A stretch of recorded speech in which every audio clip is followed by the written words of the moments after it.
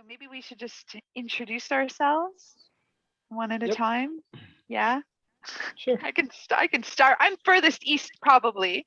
My name is Frye, and I recently moved to Chibuktuk on Mi'kmaqi territory, or Halifax in Nova Scotia, and loving it on the East Coast.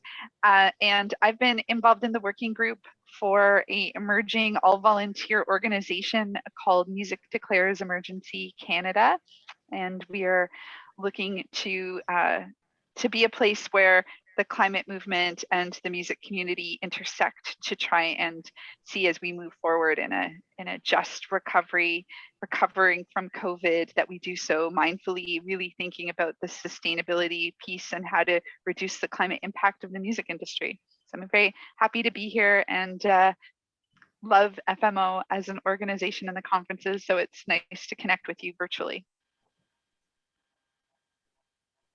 Hi, I'm Ebonnie Rowe.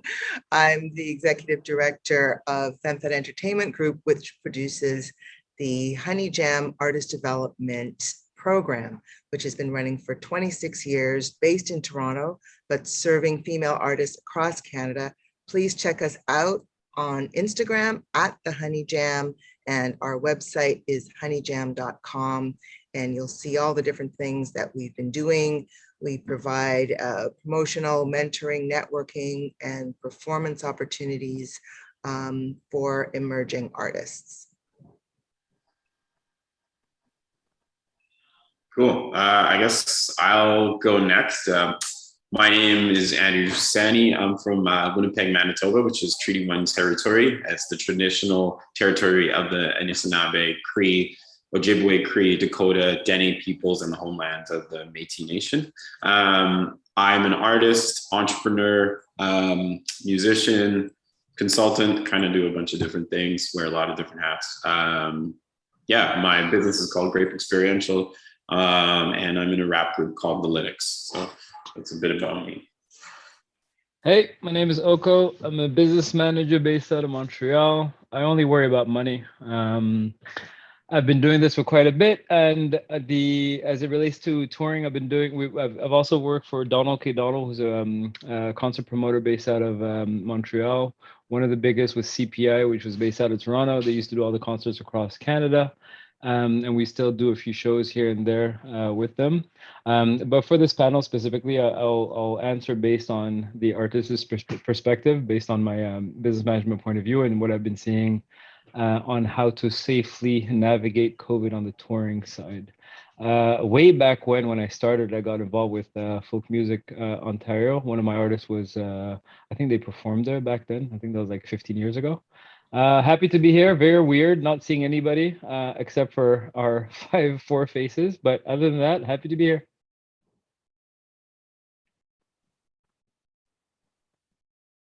So Right.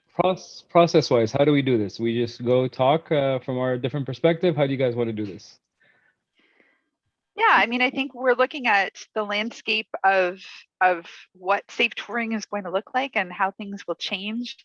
I'm going to talk more about the climate piece. So maybe in terms of a post-COVID world, we could start there, and I could come in partway or towards the end. I don't know if somebody wants to kick it off talking about how COVID has really impacted touring and the music community. We all know hugely, but some specific considerations. I mean, I as a musician myself, I think it's something, it came as a bit of a shock in general. I didn't realize how important or how big of a deal touring was to my life, beyond just like the money you make and sustaining your career and getting out there and being in front of fans, but even just generally mental health and what it means to actually get out and see the world. And I think for me, it really kind of put it into perspective. When last summer, we usually tour in the summer, so that was a big thing. Come summer, I'm gone pretty much the entire time, and we've been touring over in Europe primarily, my group, for the last like 5 years. Last summer, I was kind of happy to have a little bit of a break. You know, it gave me an opportunity to to hang out in the city, which is like Winnipeg in the summers is probably the only time it's super nice. Otherwise, it's not the nicest. So I was like, this is gonna be cool. I'm gonna get to hang out. I'm gonna get to see the city. I'll do a little local tourism, that sort of thing. By this summer, I was very ready to hit the road again and tour, and it hit me hard. That realization that I wasn't going to get out and see fans and continue building the fan base, and really just, you know, having music be such a massive part of my life. I felt like I was missing out on something just so vitally important, and my mental health obviously took a massive hit because of that. I felt like that was sort of my first realization that, not first realization, but when it really set in that things are different, things have changed. And even as far as touring again, we had to sit down and talk about, well, when are we going to tour next? You know, and do we feel comfortable right now? Yeah, things are in place, but I don't know if we can't even go over to Europe if we wanted to, right? And touring Canada is so up in the air, with every single city and province having different rules and regulations, and even venues, even venue to venue, you know, things are different, right? So yeah, it's kind of an interesting time. Maybe I'll open it up, and that's just a quick thought. I guess I could go next, and then Ebonnie, you can talk about your festival perspective, which is probably much broader and harder than musician side, I guess. From my perspective, dealing with artists, I've seen, as a business manager, I see most of their income, and I see all the different revenue streams that come into play. And I did know that for, I would say, 60% of the artists that I work with, 80 to 85% of the income comes from touring. Some of them are like you, Andrew, where they tour in the summer, where they make a lot of money between June and September, and then pretty much live on that money to create during the rest of the year, in addition to getting grants. Some of them are lucky enough to tour throughout the year, depending on, you start in North America, then you go over to Europe, then sometimes you go over to South America. So the first impact was we had a whole bunch of tours planned, everything mapped out, 50% fees paid out to a bunch of, whether it's rentals, some of the guys tour in buses. The bigger bands that I work with, we have about 50 people that we hire on the road. And usually some of the guys ask for their advance money because they book 6 to 8 months in advance. So you have to pay them so that they can pay their rent and whatnot. So we had a lot of money out. And then we usually just sit and wait until the dates play out, and then the money starts coming in, and we just start replenishing the accounts. So our accounts were low, and then things started canceling. Then you start panicking. The first thing that happens is you realize that cancellation insurance doesn't work when it's a pandemic. There's that pandemic liner notes that nobody reads, like, oh no, sorry, we don't cover terrorism, floods, act of God, or pandemics. So in most cases, we didn't get refunded.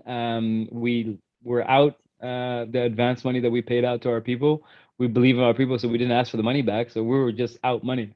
So the first impact was a huge cash crunch for some of the artists that I work with. Second impact was there's no way of making it back. So now you're sitting with, not only are you out money, but you have 85% of the money that you're expecting for the next 3/4 of the year that's not going to come in anymore. And you just have to flip and find different ways of making money. So the one thing that we did find, and the one thing that pre-COVID, one thing that happened is getting your hustle on, finding different ways to make money in different avenues, and starting to look at things like TV, starting to look at things like sync, starting to look at other ways of generating income where you're not as dependent on touring. And it also wakes you up to how dependent you are on touring. Like one of the things that we started doing with most of the people that we work with is, let's rejig our business where at most it's going to be 50 to 60% of the money that's going to be coming from touring. We're going to try to find different ways of making income other than touring, so that if this ever happens again, hopefully it doesn't, then we're not as dependent on touring. And also, most of my guys are getting older. Once you get over 30, you want to have a family, you got kids, you don't necessarily want to move as much, and so on and so forth. So shifting naturally. Now, post-touring, what's been happening since things started opening up a little bit is that we've been getting some tour dates for 2021. I don't believe in anything that's happening in 2021, personally. I think that whatever dates you get, at least in Canada, are going to cancel at some point in time where things are going to change. And whatever dates you get in the US, If you're lucky, they should play out depending on what states, because a lot of the different rules, and same thing for Europe. So what I've been doing for most of the artists I work with is money up front. The only way that I believe a date is happening is 100% of the money gets paid before anything gets done. Once I get the money up front, at least I can start locking in things and booking whatever I have to book, whether it's travel. And then on the other end, on our end, protect yourself. Make sure that you book a flight that can be canceled. Make sure that you book a hotel that can be canceled. Make sure that you're not doing 50% deposits for gear. You're only doing 10% deposit for gears. And then that 10% deposit you give can be used for future rentals down the road. Like, make sure that you protect yourself, that at most you're going to be out 10 to 15% of the money. And if you are confirming a gig, get the money up front. That is the only guarantee that you're going to have that the person on the other side is going to work as hard as hell to make sure that gig happens. They only give you half the money up front. Chances are, it may or may not play out. It may play out next year. That's my general perspective on, at least on the artist perspective side. So Ebonnie, I'll let you go. So we are kind of an incubator for emerging artists. We aren't organizing tours. The way that touring affects us, so some of our more established alumni who would have come through the program years ago, they might be out touring. And for them, as Oko was saying, it's such a huge part of their income. Even though, people did pivot to streaming, did pivot to doing other things, there was nothing that replaced that amount of money. The other way that it affected us is where we would be trying to have an artist talk with an established artist who was coming to the city on tour, because we don't have the funds to fly them in. So they're already here, they're on tour, we're going to go to the concert, we're going to meet with them, and then having those things be canceled. I'm very optimistic, though, about the future, because everything is opening back up because of the vaccine passports. And so now I'm seeing venues around the world saying, okay, now we're going to bring back the ballet. Now we're going to bring back theater. Now we're going to have these really big tours. And so it's really a matter of figuring out what are the protocols for the different venues, the different countries, the travel restrictions, et cetera. I think in Ontario, it's fairly consistent. You need to be vaccinated in order to enter. And all of the venues are following that same standard. And so that makes it a lot easier. Traveling is another thing.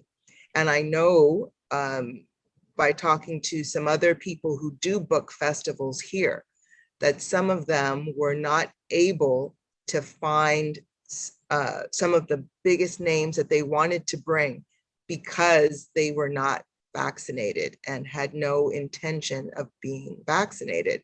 And there are very high profile artists for whom that is the case. And so I guess they're probably going to be staying in the States, and that will impact perhaps the success and the number of attendees that are coming to festivals where they would be required to be vaccinated in order to come to those countries. So I'm going to jump in with a tie-in to what everyone's been talking about in terms of diversifying business, mental health, traveling, etc. Because the work that we've been doing with Music Declares Emergency Canada is to really try and look at this moment when the music industry's been kind of on pause, at least the way that things happen ordinarily, and to say what can we learn from this, because COVID has been a huge crisis. It's obviously something that has affected and impacted the whole world, but there will be an end to COVID. I hope. We all hope. Looks like it, or things will change a little bit because of COVID, but I do think that by hopefully next summer, things will start to reemerge as normal. But the other crisis that we have that isn't going to go away anytime soon, and that will impact all of us and the music industry, is the climate crisis. And I feel like if anything, we've learned that we can change things really quickly. We can change the economy really quickly. We can change and adapt really quickly if we have to. And I feel like the climate crisis is one of those crises where we kind of know it's there and everyone's sort of aware of it, but nobody really, or very few industries, very few countries want to make the changes to the scale that's necessary to be able to address that crisis. And I think that music industry in Canada can often be like, well, it doesn't really impact us directly. But here's where I would suggest that we need to start dealing with it, not just because the International Panel on Climate Change, their report this year was really frightening and came in the context of fires burning in Western Canada and flooding happening in Northern Ontario and a huge heat wave in the GTA in Ontario. So those are all reasons that people were feeling the firsthand the impacts of climate change. But with things like festivals, which Oko mentioned, that's a huge part of the revenue is June to September, May to September. It is playing a lot of festivals, but when we have fires happening, huge forest fires burning out of control, it affects the air quality, even in places like Vancouver and Victoria. Festivals, if they hadn't been canceled because of COVID this summer, many of them would have been canceled because of those fires. Bonnaroo in Nashville, or outside of Nashville in Tennessee, was slated to take place and it was canceled, not because of COVID, but because of flooding from the hurricane, right? So the number one place for revenue for musicians is playing festivals, and festivals are very vulnerable because of climate change. So we really need to be thinking about how the music industry can both use its platform of artists who can speak to people's hearts and minds and influence people. I know I was hugely influenced by the musicians that I grew up loving. And most of my politics was informed by the music that my parents listened to and then the music that I discovered. Going to the Amnesty International concert when I was in grade 7 because I loved Peter Gabriel and Tracy Chapman, who were playing at it, to like loving REM. Like, so much of who I am has been informed by music.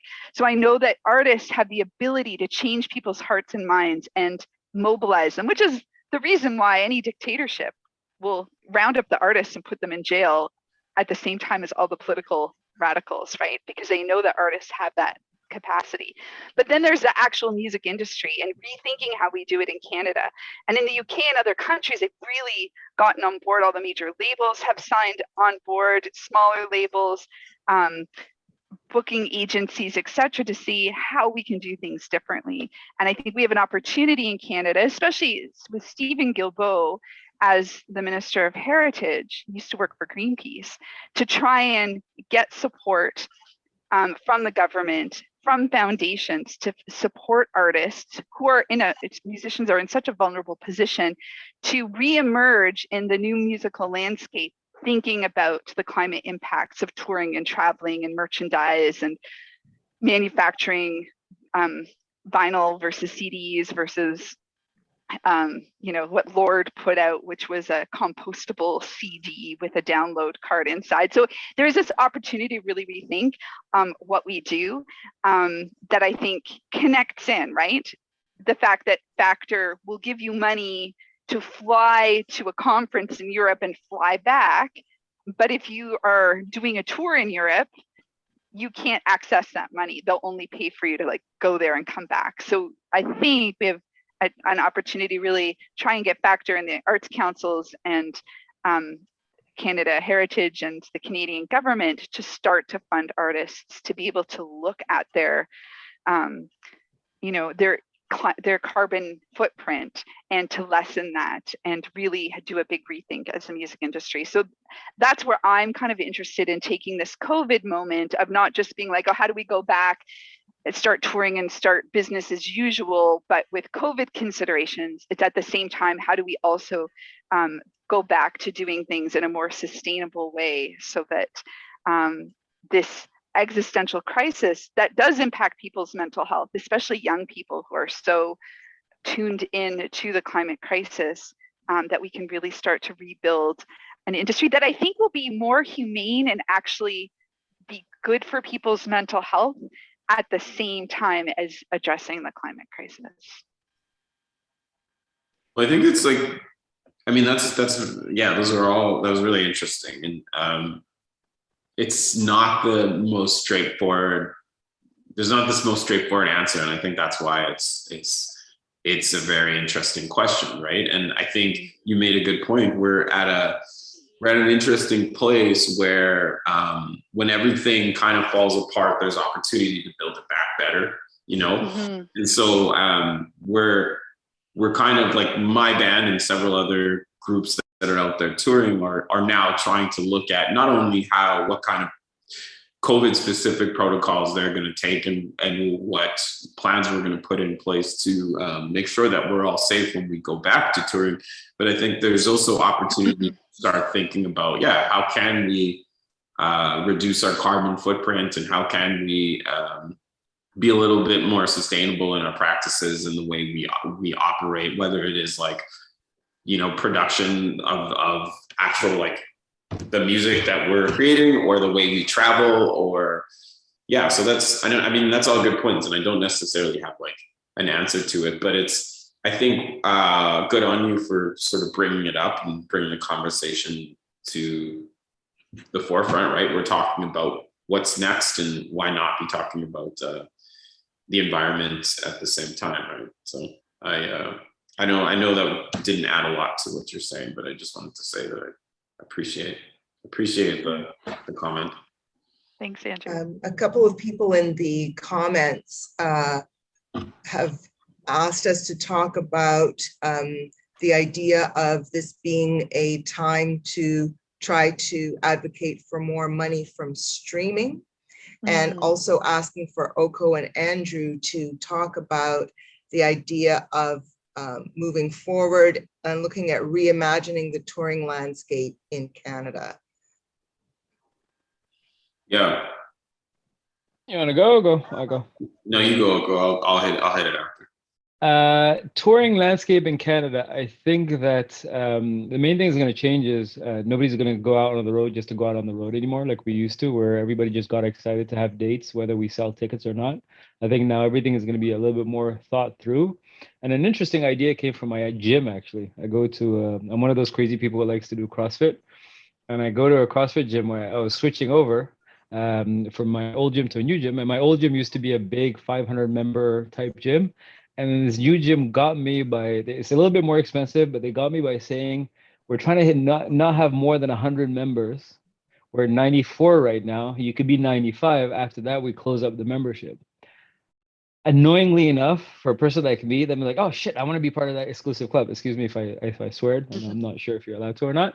But I think touring is going to go towards more in intimate experiences. Things will probably be a little bit more expensive, just because whether it's capacity issues that venues have to deal with, where some of these venues have limited capacities, but it still costs them the same to turn on the lights and hire the people and so on and so forth. The tickets will probably be a little bit more expensive, but you'll have a way more intimate experience, and you'll have I was there type feeling when you go into a show, and it's not going to be a mass consumption like it used to be.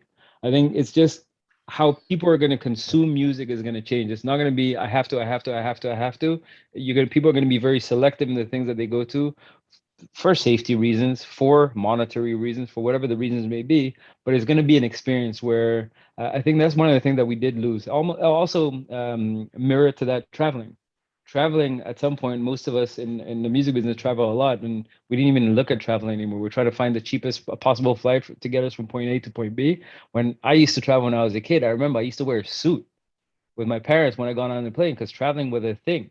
I think the same way that traveling is going to become more of not exclusive, but a selective thing that you're only going to do if you have to do for a holiday, have to do for an important client, have to do for something critical, and not just do for the sake of doing. Touring is going to be the same way. I think artists on the artist side, we're going to try to present a bigger, not bigger in terms of production, but a more elevated experience for the people in the room. And I think that we're going to play into smaller rooms. I know like how I look at how I talk with the different artists that I work with is we're not necessarily going for the big paydays anymore. We're going for the good ones, the selected ones, where we want to go to certain specific markets. We want to go to certain specific rooms. We want to go where our fans are. The one thing that we have now that we didn't have or we didn't take advantage of as much before is data. We know where our clients are. We're tying into streaming. We know where people listen to our music. We know who's involved. We know who's invested in our stuff. So we're going to go to cater to those people because on a per head basis, as a business manager, I'm way more interested in getting $100 per head in 100 people room than getting $10 a head in 1,000 person room. I'd rather make sure that I go in, I sell you the ticket, I sell you the merch, I sell you some subscription, something to do with the artist, and like you expand the revenue stream, so you're not depending on one sole revenue stream anymore, which was touring back in the day. Andrew. Yeah, like I guess for me, I'm probably gonna look at this more in terms of the way an artist should look at touring. And I've kind of thought about this a little bit myself, once we get back on the road and how we're going to approach things and just like rules that we're going to put in place, just protect ourselves, I mean, it's really simple things. Like starting with anything, I'm going to start with doing my research on every spot that I'm going to, as well as like, I mean, you do it in your advance with every venue that you play at. So why not have a conversation about what the backstage looks like? What does the venue look like? What kind of protocols they have in place beyond like what the province's mandate is. In Manitoba, obviously everybody needs to be vaccinated, but I know that there's some outdoor venues where there's no masks required, right? Like people can you can walk around with no mask if you're outside at a venue, even anyways, right? So I think a lot of things is just figuring out where you're playing, what the protocols are, how to make sure that you're safe. So do your research, I guess, is one thing. For us, like we're gonna avoid any unnecessary exposure. So like if I go to play a show, I'm no after parties. That's a done thing, as we say. No unnecessary exposure. Just like keep it as I play the show. I'm here for a job. Obviously, like I'm going to enjoy the show and interacting with my fans, but only I got to make sure that I'm safe as well. So, and then beyond that, it's like wearing your mask. Like we've had this conversation too. If we get back to touring, we'll probably be wearing masks at merch tables. We'll be wearing masks if we're not on the stage, essentially. And like if we're outside and we feel comfortable, we'll take it off. But just if we kind of set that rule where we're wearing masks, we're hoping that our fans are doing the same when they come to talk to us and whatnot. Because I think another thing that a lot of people don't realize just generally is that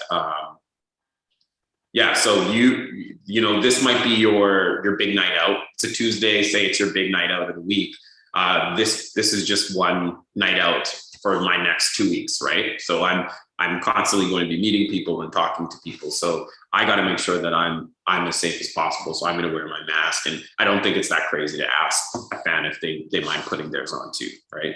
So it's little things like that, and then taking care of yourself. I mean, in recent years, I've just gotten to the point where unless it's a weekend, I don't drink on the road. I try to eat healthy and I try to take care of my body, because it's like, if you get run down generally, you're probably more likely to get sick. That's just, that's pretty straightforward and well understood. So for me and the rest of our team, we actually had to have this conversation a few tours back. It was just like, okay, guys, we can't party every night. You know what I mean? I get you want to have fun, but at the same time, like we want to last a while, right? And that's sort of like a few things that just kind of pop through my head as things that you can do as an artist to make sure that you're on top of it.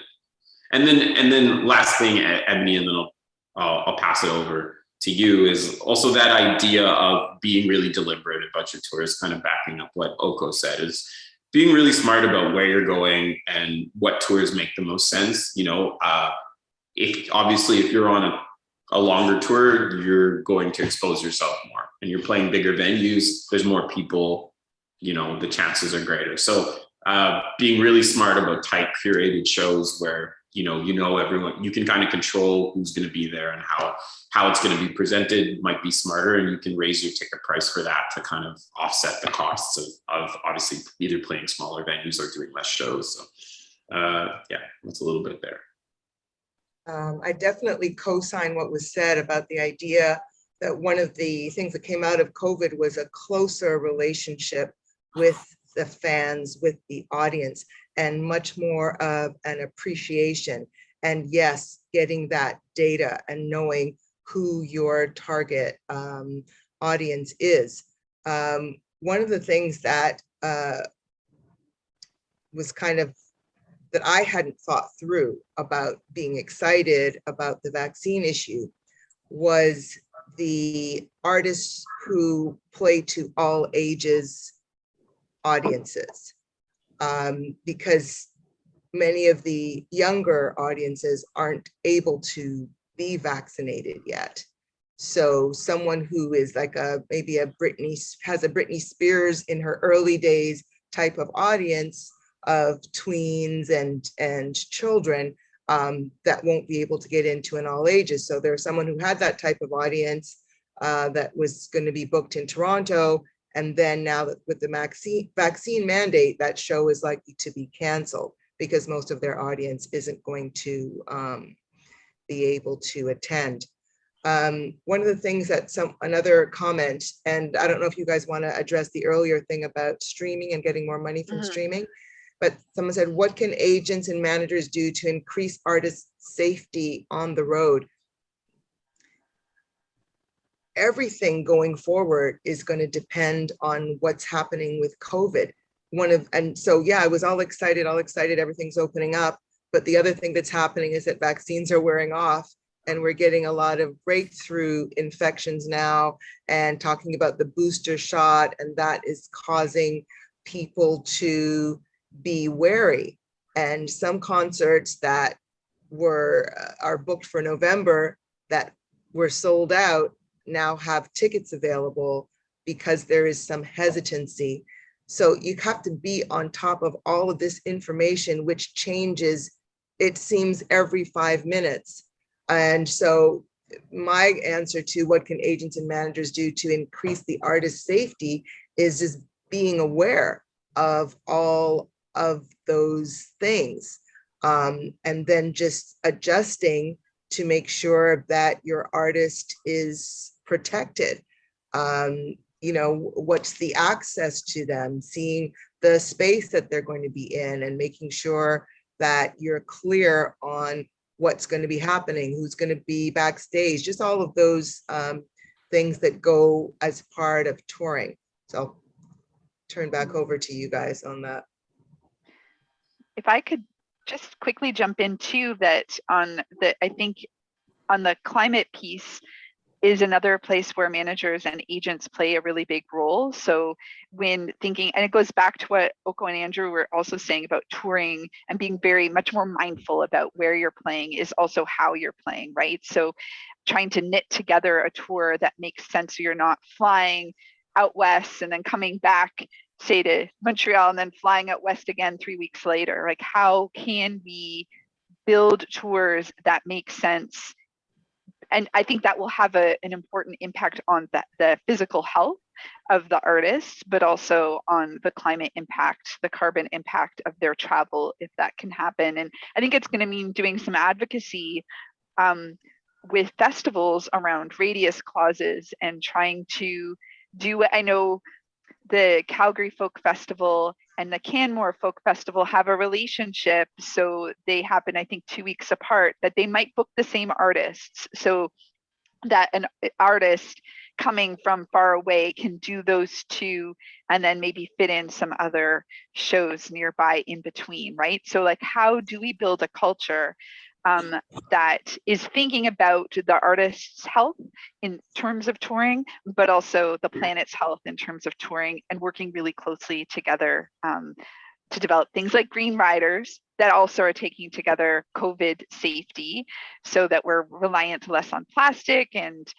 thinking about healthy and local food. And are there ways that venues, as we move towards building back better, facilitate more carpooling or buses that are going to concerts.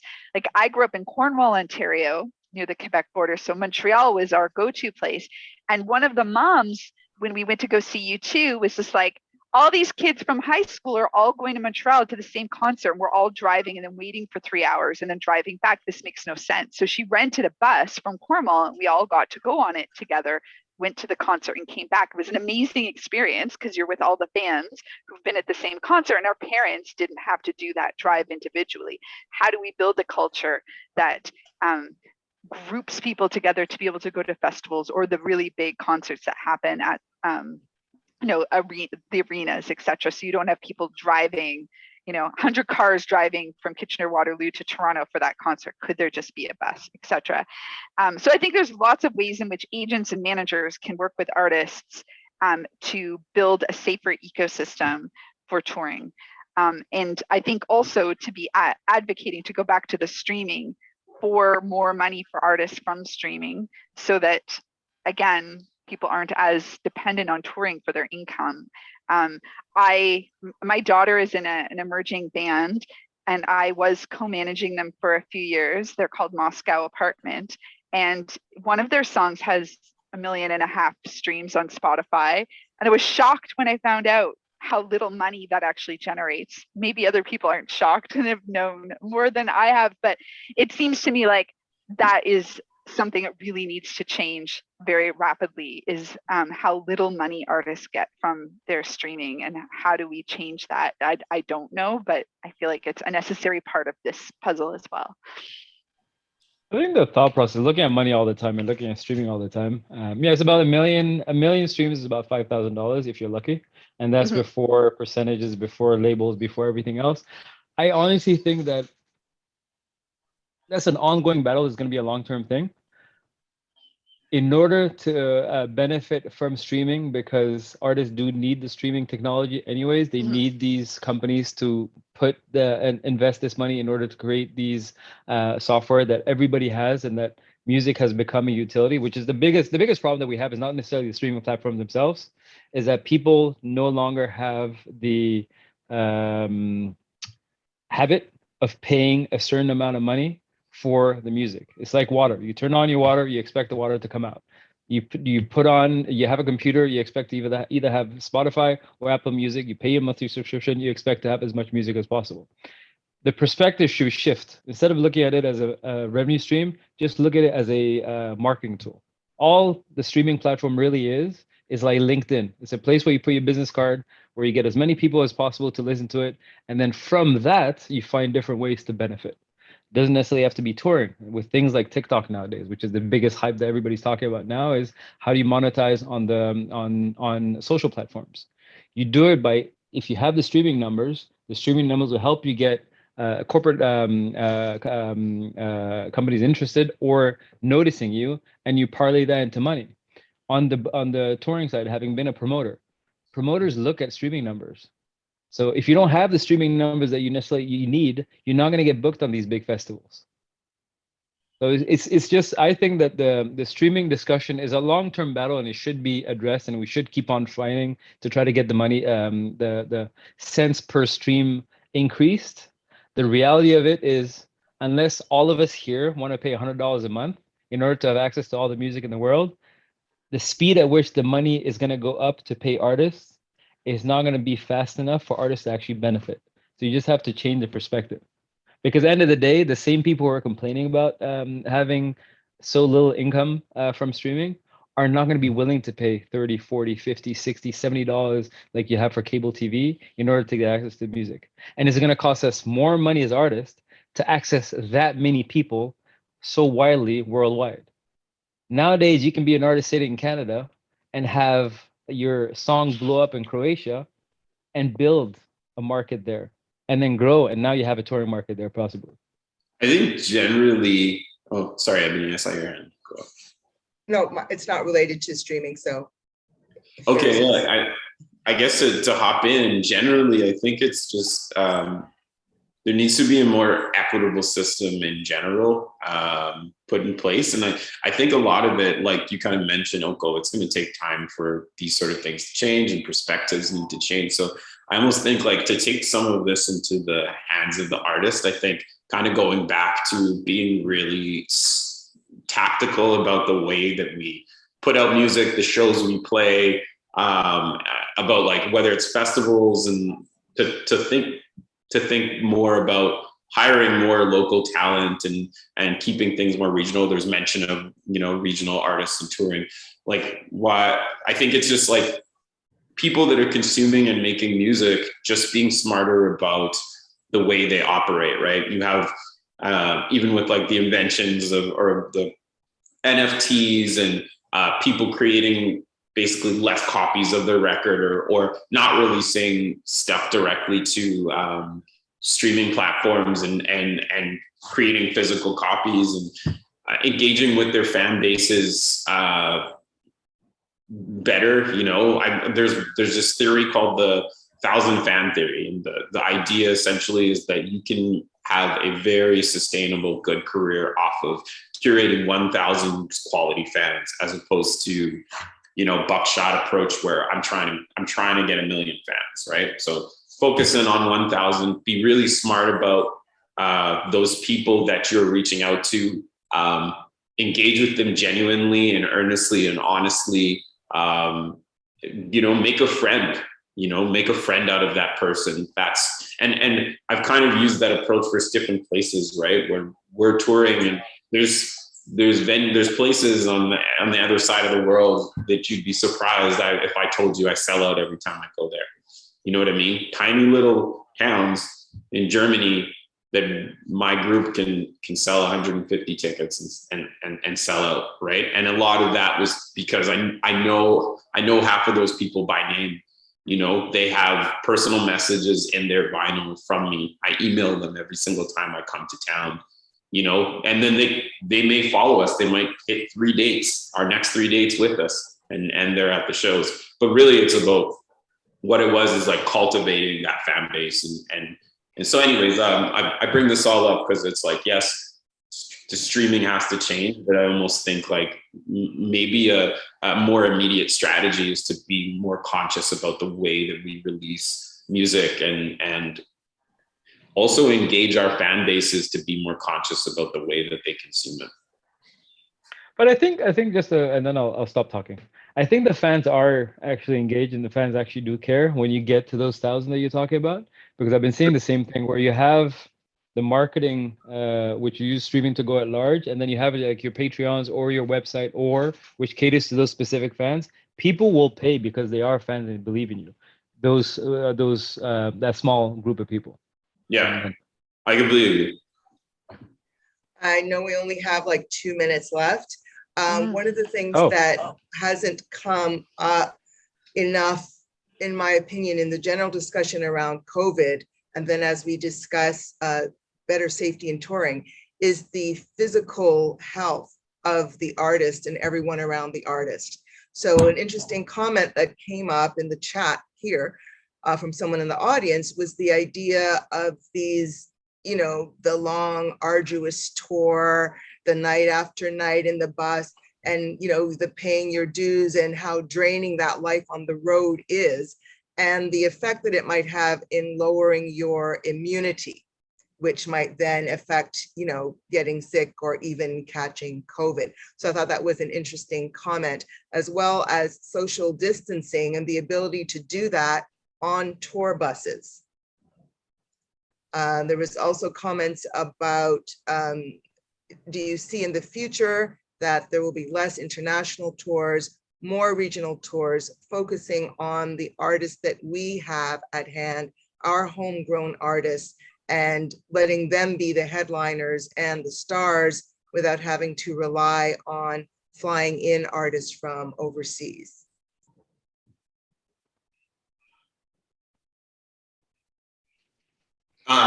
Yeah, I'll jump in then. On the immunity thing, I kind of mentioned that earlier too, right? Like, it's just as an artist being really smart. Like, remember that you're working, right? And that's how I approach touring and have for the last few years. Obviously, I wasn't always like that, but I'm at a point now where I'm not trying to get sick on the road. I do everything in my power to make sure that I eat well and avoid unnecessary, even before COVID. If I could avoid unnecessary exposure to being sick, if I know I haven't slept well the last few nights, I'm not going out after the show. I'm going to finish up and I'm going to go back. So I think there is some onus on the artist, a lot of onus on the artist to just be smart about the way that you tour. Again, like ask questions about where what the venue looks like, and will I be able to have some distance and space, and those sort of things. I think for that to happen too, and it's a great question about supporting the homegrown artists. One of the things I've noticed is that Canada feels sometimes a little bit less adventurous than places like the US or Europe in terms of like who has played post-COVID is a lot of the legacy acts, right? And not as much some of the emerging musicians. So I was looking at who's playing at the down at Ontario Place, the Molson Amphitheater, which I think might be the Budweiser stage now. Everything is always changing its name. And it was almost all white men bands and artists. Like there was very few young emerging artists. There was not a lot of diversity. It was the legacy acts. And so I think if we're going to have more regional tours, there needs to be a shift in the culture of discovering new artists, right? Like taking a chance on someone you might not know. And I feel like that is a piece that needs to change in the Canadian musical consumer landscape, because I think the reason a lot of artists will go to Europe and go to the US is because if you're emerging, you don't get the opportunities in Canada. And I think we really need to change that. Yeah. Yeah. But two things. One, on what you were saying, Andrew, when I was touring on the business side, I was a tour accountant also for a long time. And I've seen things change even before COVID, where it used to be the backstage was as much alcohol as possible, bad food, and everything else. And now it's juicers, it's protein shakes, it's veggies. So things already started changing. And I do think that consciously more and more, just the business of music is long and hard. And a lot of artists and people behind artists, whether it's managers or agents, have taken a vested interest in making sure that the artist is protected and is taken care of and remains healthy. And then also on the artist side, that like I've seen more and more tours with trainers in the background. Like security is no longer just security, it's security and trainers. So there's a whole process around helping and the physical and mental well-being of the artist is happening. I do believe that COVID is going to help quite a bit. And what you're saying about double checking and making sure that you know the venue, you know the location, the people are using and abiding by the laws and regulations that they have to, and they are respecting, and you just pick festivals or venues or promoters who work that way. And in terms of booking, sadly, it's just a matter of ticket sales. As much as promoters would like to book local acts as much as possible, end of the day, they have to be profitable. So yes, they do favor the legacy acts when they're going to go Canadian, just because Canadian people Sure want to go thing. see the legacy acts and they're going to sell tickets. And they'll Yeah. try to put in as many as you can up and coming artists. But the fact of the matter is, if they put up and coming artists, the festival won't exist the year after because people won't come up. So it's always going to be a give and take. I do believe that there's a huge shift going. Like I help and consult for a bunch of festivals where I know for a fact now we're not going to book any international acts. We're going to focus on Canadian acts only for the simple reason that people can't travel. So just that is going to increase the number of Canadian acts you're going to have, and you're going to have to go into the pool of up and coming artists. But you're still going to have your base of guaranteed ticket sales. Economics, sadly. Still the business of music.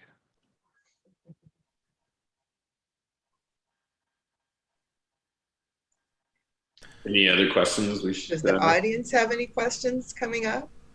I was just going to say, friends, we have about 9 minutes left. I do. Okay. So if you do have any questions for the team, or if you guys just have questions for each other, that works as well.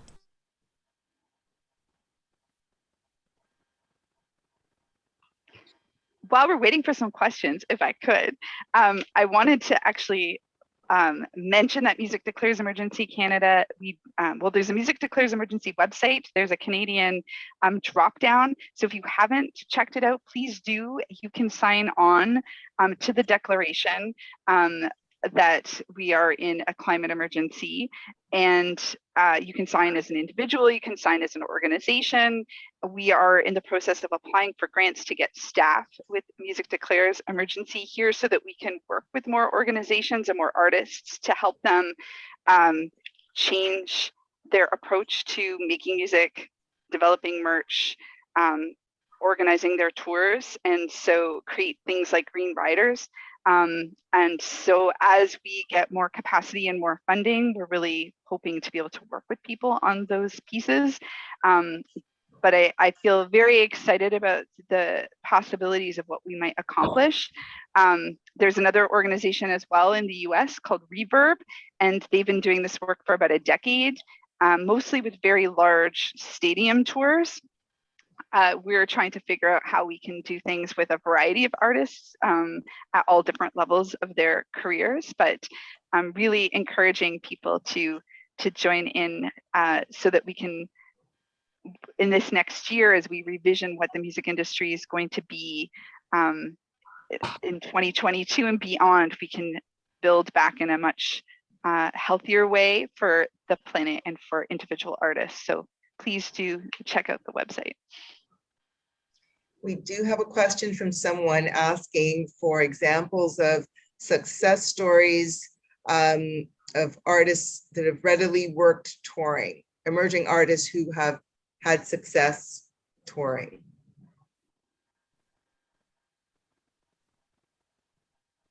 No one's coming to my mind, at least not since COVID. That pops into my head. As in financially successful or just well-known? I think it's only just now starting back. Nobody's really been going anywhere or doing anything or traveling. So I think it's only just starting back. And now they're saying perhaps more online. I don't know that an emerging artist has really been able to monetize the online performance world. The one person I would mention is Luna Lee, who was doing these online jams at the beginning of COVID and just blew up on Twitter and Instagram and TikTok, and signed a very big record deal and is now on tour opening for Japanese Breakfast all over the US. So she's someone who I think of as a young emerging, I think she's in her early 20s, emerging artist who I saw really benefit from the being at home and her online presence, and is now on this really incredible tour opening for a well-known artist in the US. But she's about the only one I can think of. Yeah, but did she monetize just being online, or it just led to something that paid her money? I do believe she's had some partnerships and branding deals that have come out of that, as well as signed a record deal. Paying to see an online performance, like successfully making an income from online performances. That's been a struggle for sure. Mm-hmm. It's been a struggle just to get people to pay, and also been a struggle to have artists perform. Like, it's like this. Imagine this with a guitar, with amps, and trying to make it make sense and try to feel the public. I mean, Andrew, imagine you performing like this with us, and you can't see the rest of your band. You can't see your bandmates, and the other people are your bandmates, and then you can't see the crowd. And then you had painful. people like John Legend and Jennifer Hudson giving free Instagram concerts. Yeah. So then how are you going to pay for an unknown artist with a beige background and no production, right? The other thing that really blew up online is the Versus thing. How are you going to compete with us? It's that was free, and that was free. Yeah. And that just started with two people who were going back and forth, playing around on what was it? Was it TikTok initially or Twitter? I forget, or Instagram. I forget where they started, but it was Instagram. Yeah, they just started going back and forth, and then it just blew up. Timbaland and Skinny Dude. Swiss Beats. Swiss Beats, there you go. Yeah, Yeah. it's crazy. Do you think that the Um, hybrid thing will become more of an option, like where concerts are streamed, but there is an audience, but then they're streamed to people who aren't geographically able to be there? Like it seems to me like that's the more likely avenue than people really sticking with the virtual concerts only. It'll probably happen, but we'll probably be limited to fans. So, like U2, for example, will have their number one fans or their fan circle who may get Mhm. access for $25, for example. You get access to that. I did a university party for one of the artists I work with about 2 weeks ago, and they had limited capacity. It was outdoors, limited capacity in front of about 500 people, but they had 7,000 people online. Mm. And things like that, like universities Mhm. and things like that, maybe that will happen. But it'll always become the same thing. You're a promoter putting it up, you're putting up the stage, you're putting up everything, but who's getting the money for the people watching streaming? And Yeah. that's where the battle is going to be. The band is going to say, I should get it because those are my fans. And the promoter is going to say, I should get it because I'm putting up the show. And then I, that's where the. I honestly am not like I'm not convinced that the world has completely changed forever. You know, I think this is a period in time. It's not our first pandemic, won't be our last. Eventually, you know, things are going to go back to normal, and I'm not 100% normal. Maybe, you know, COVID will always be a thing, and we're always going to have to think about it, and not to make light of it. But you know, we still do live in a world where you can catch the flu pretty easily. So I think it's, and people get the shots, and we make it work. So I think eventually, you know, things will right the ship and do the best we can, and get back to it. That's my honest, just humble opinion. Mhm. I'm very optimistic and hopeful. It's all gonna work out. How is that? And Where we're else gonna would that have it, go? our show in 2022. We fully expect to have a full audience of hundreds of people by summer 2022. Absolutely. Mhm. And I do think that the half hybrid, the half live and also having it streamed is going to be something that a lot of people will start to adopt. Just that last question. The one thing I've been seeing is I work with the fashion world quite a bit, and we just did a fashion show with Marni in Italy in Milan, where we had performers on stage, very few people in the building, and everything was streamed because there was a person asking about multidisciplinary stuff. The fashion world is really far ahead. I've seen that they've been doing a lot of things because it's right now it's the fashion world, depending whether it's Paris or the States.